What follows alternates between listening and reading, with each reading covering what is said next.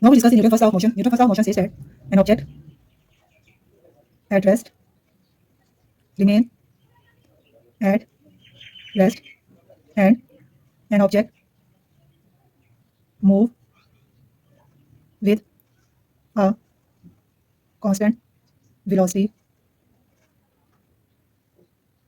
unless acted on by an unbalanced force. If an object is constant velocity, so no net force. No net force means no forces or multiple balance force. Zero net force, that is equal to no change in velocity.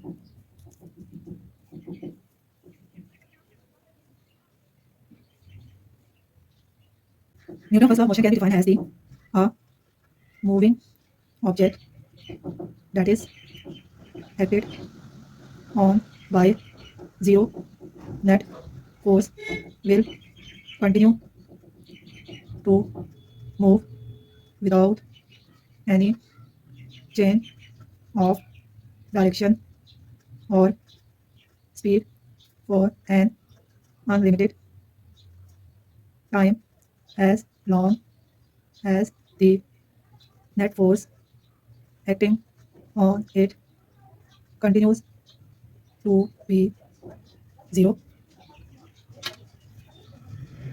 An object at rest that is acted on by zero net force, the velocity of an object does not change unless a non-zero net force act on it. Now we discuss the Newton's second law of motion. First we discuss the Newton's second law of motion. We discuss the force. Force is an interaction that causes a change in the motion of an object. Here we let's say take the mass m of an object. If we apply the force F, we produce an acceleration A in the direction of force. So we can write it as F that is equal to mass times acceleration. So here we can write that when the force on an object balance, the object experience no net force and its motion does not change. We can write it as when the forces do not balance, the net force, the force cause the object motion to change its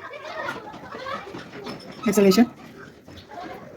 Here we take the two object that is the mass small m and here is the big object that is the mass is capital M. If we apply the force on this object that is equal in magnitude, this mass is produced larger acceleration and this mass is produced the lower acceleration. So from this we can understand that net force that is directly proportional to acceleration A, force that is produced acceleration A, and acceleration A that is the inversely proportional to the mass M. If the mass is smaller, acceleration is greater. If the mass is larger, acceleration is smaller. So if we combine these two equations, we can write it as F net over M that is equal to A. So we can write it as F net force that is equal to mass time acceleration. So that is the second law of motion.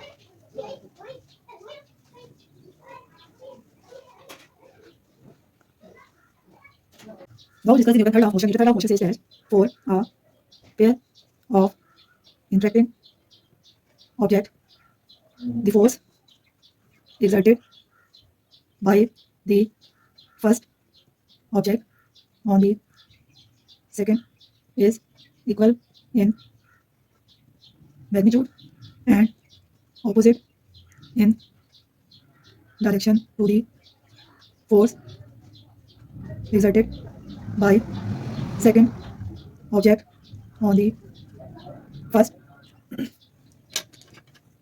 Sometimes Newton third law of motion state that for every action there is an equal and opposite reaction.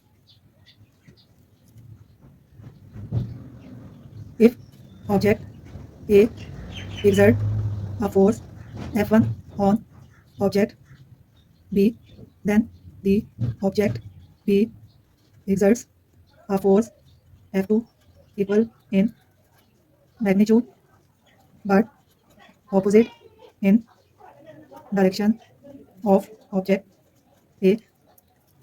Here we take the two objects, that is the A, B, A that exert on B force, that is the F1, B that exert the force on A, that is the F2. These forces are equal but in opposite direction. This is the Newton's third law that states that the every action there is an reaction that is in the opposite direction.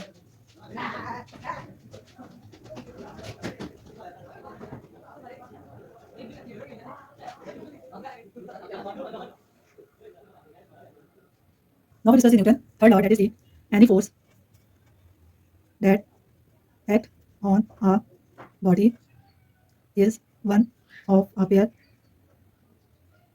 force that meet the following conditions. The force act on different interacting bodies. The force act in opposite direction. The force act along the same line. The force have the same magnitude. The force act for the same time interval.